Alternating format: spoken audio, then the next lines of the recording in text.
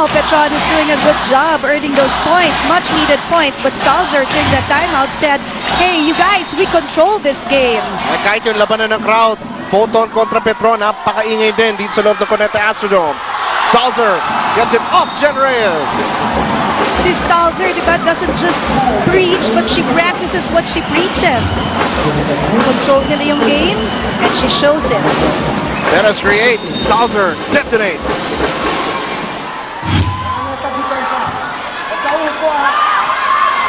Happy Maranyo running attack. One more try. Adachi creates a play for Hupia Inc. With block coverage para kay Kayla Williams. Stalzer ulit. The blocking of Petron was missing when Stalzer went up for that hit. And Foton on a run. They are up 16-12 heading into the second technical timeout. Coach Villet Ponce de Leon coaching the game of her life. Will Foton get their first championship or will Petron extend? Back in a moment. A touch of class, speed, and power. The Lamborghini Touch. Toy cars with touch-activated features. For every 500 pesos worth of Petron gasoline or diesel, get a Lamborghini toy car for only 250 pesos at participating Petron service stations. Collect all 5 starting November 15, 2015. Toy cars made exclusively for Petron. Wow!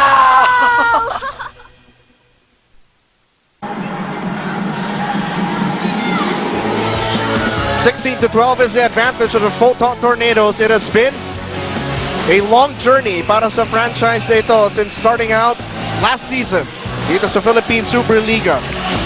In the playoffs, they were number 4.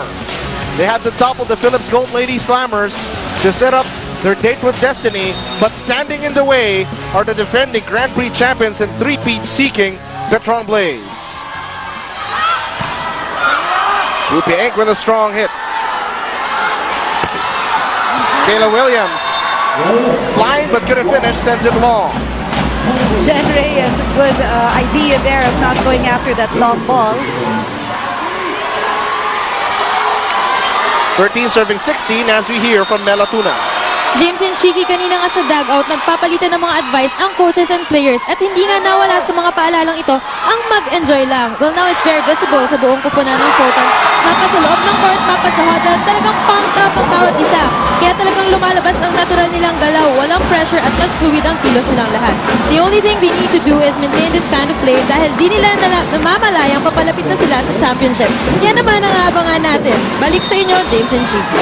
And Jaja Santiago with authority extends the lead, 17 to serve 13. Ace serve!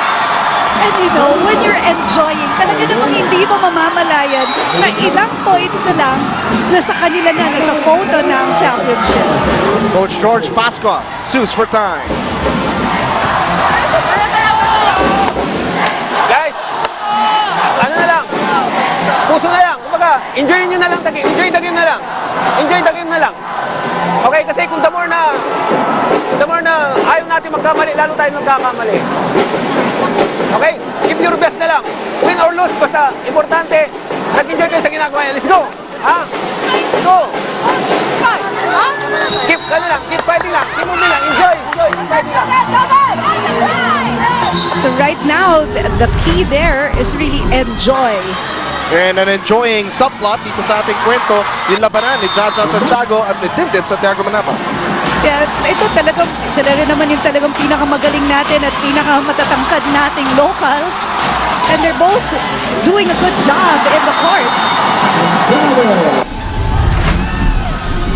And which Santiago sister will lead her team to a victory, we will find out in just a moment. 10 points versus 11 points between the two sisters. But again, it's not just about which Santiago is doing better. The bottom line is which team is playing better so far. Up by 2 sets, it is the Foton Tornadoes. Foton is so smooth in their movement. Yung fluidity ng movement nila, ang ganda. Talagang they came prepared for this match. Adachi chases after that. Atake si Agano. Kayla Williams off speed. Another with a slam dunk. Ang ganda nung play na yon, lalo sa perfect set from Adachi. And Manaba talagang sinasabuhay niya yung enjoy the game. Ganda. 4-point disadvantage ang hinaharap ng Petron Blaze. Perez to Jaja, couldn't connect. Maraño sets it up para kay Mina Aganon. Back set for Stalzer, goes long, Adachi gives it back, Santiago denied by Ate Dindin. Makikita mo pa, no? Dindin kind of stares at her sister and says, wait a minute here. Hold on. There goes Jaja with that hit blocked by Manabat. Nicely done. Ganda ng confrontation ng magkapatid. Don't look now, it is just a 3-point game.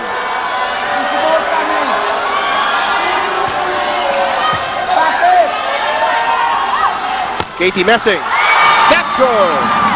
Katie Messing finding the hole in zone 6 there.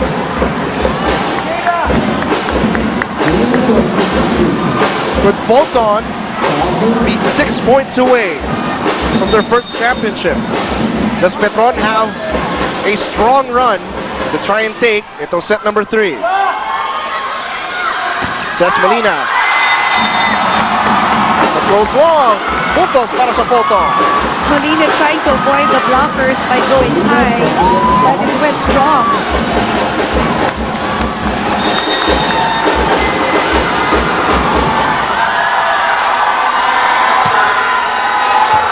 Maraño receives well. Says Molina. And she will put it down.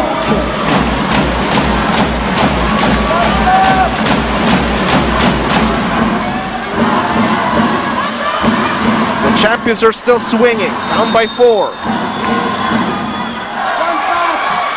Kailangan ilabas nila yung never say die nila dito sa set na to. K-Dub to Stalzer. Then punch through. Adachi, combination play para kay Ces Molina. Huli ni Jaja.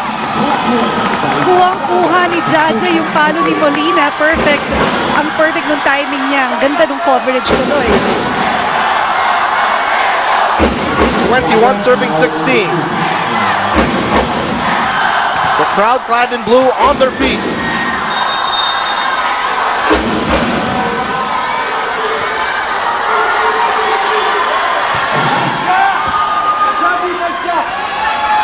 Manabat running attack.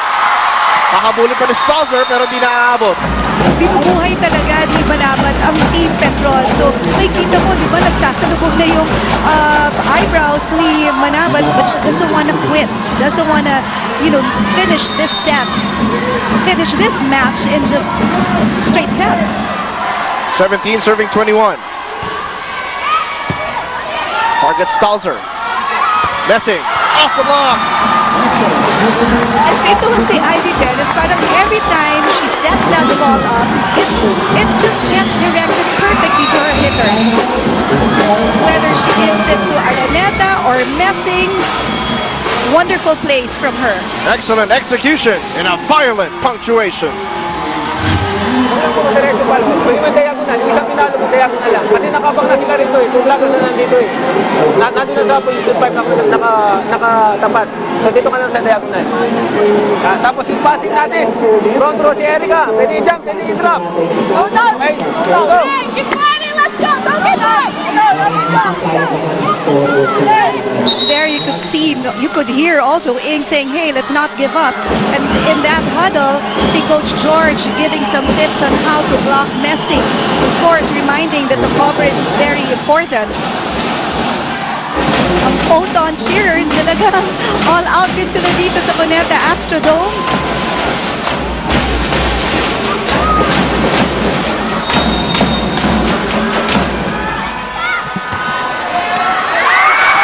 Natulungan pa na net and an ace serve for Foton. And with that ace serve, makikita mo talaga medyo relaxed na itong Foton talaga because 2 points away from the championship. Messing serves it up again. Double Jen Reyes on 2. That couldn't work. Really, everything that Foton does, everything that they touch, it just works. At ang Petron naman, parang they just couldn't get it together. We are at championship point. 24 serving 17. Perez. And the game winner. For the first time in franchise history, the young and hungry Foton Tornadoes are queens of the volleyball court in the Philippine Superliga. What a game here from Foton. They started out really strong, very aggressive. They dreamed this, they talked about this, and they played really hard to get this game. Walang nagawa ang Petron in straight sets. Foton just really did a good job playing together as a team. They were so cohesive. Petron, like the proud champion that they were, made sure that they would give Foton all that they could handle, but the bottom line, Lindsay Stalzer in her second tour of duty, able to get that elusive championship, leading the Foton Tornadoes to a victory. As we take a look at the last play, former setter the Petron Blaze, Ivy Perez, with a clincher, the championship point. That's right. The placing was crucial, and the placing was excitedly placed in zone 2. Na talaga namang walang tao. What a great game from Foton. And they take it in straight sets, 25-18, 25-18, and 25-17. As you take a look at the final score, what a run para sa Petron Blaze, winning the Grand Prix last year, winning the All-Filipino Conference this year. But nothing to be ashamed of for the defending Grand Prix champions, and now dethroned, we have new queens of the volleyball court. Congratulations to the Foton Tornadoes, winning their date with destiny.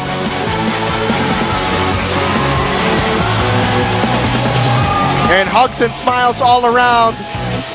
It has been a long season. All the grind, all the sweat, all the tears, all the sacrifice paying off para sa Foton Tornadoes. And Bella Tuna is at courtside.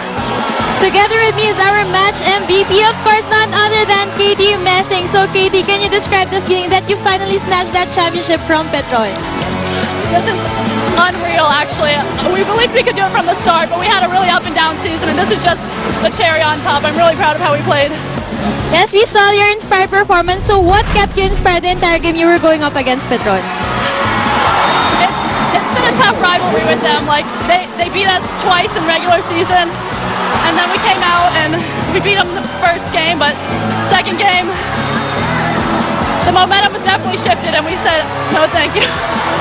We can see how tired you are right now. So now, is there anyone you'd like to greet? Want to say hi to my family and friends. Thanks for the support. And the fans, of course. Appreciate all the support this season. There you have it, Katie Messing. At ngayon naman makakasama natin ang head coach ng Foton Lady Tornadoes. So coach, anong masasabi niyo na finally the team came together at the perfect time? Thank you, Lord. Yun ang una-una talaga. Thank you, Lord. We've been praying for this and we've been working hard for this. And it came sa right timing talaga. Yung nailabas namin lahat. And yun, thank you lang talaga. At coach, i-share niyo naman sa amin kung paano ba inakyat ng Foton itong championship, yung struggles ng team at kung paano ba talaga sila nag-come together as a team. From the start, talaga medyo young yung team. Half of the team are new and we need every single minute sa practice at saka being together, yun yung kailangan namin binibigyan ng talagang magandang value. So, hindi naman, worth it naman yung sufferings namin, yung mga sacrifices namin. I'm sure coach, marami kayong gustong pasalamatan. Sino po ba sila? Una, syempre, Lord, thank you. Binigay mo sa amin to. It's really fate that you brought us here and thank you sa inyo. And to all the Foton family, yung Foton fans, you've been there. Ang Foton crowd, thank you very much for supporting us and believing in us. The University of Santo Tomas, maraming salamat for supporting us din. And, of course, yung mga families and friends ng mga players namin. Thank you. There you have it, the head coach of the Foton Lady Tornadoes, Coach Villette. Back to you, James and Chiggy. Coach Villette, you can smile and you can heave that sigh of relief. Let the tears flow. You deserve this championship. Congratulations to the Foton Tornadoes, the Philippine Superliga Grand Prix 2015 Queens of the Court. They are the champions in your Philippine Superliga. And for more about the game of volleyball, we have the Power Tips gang up next.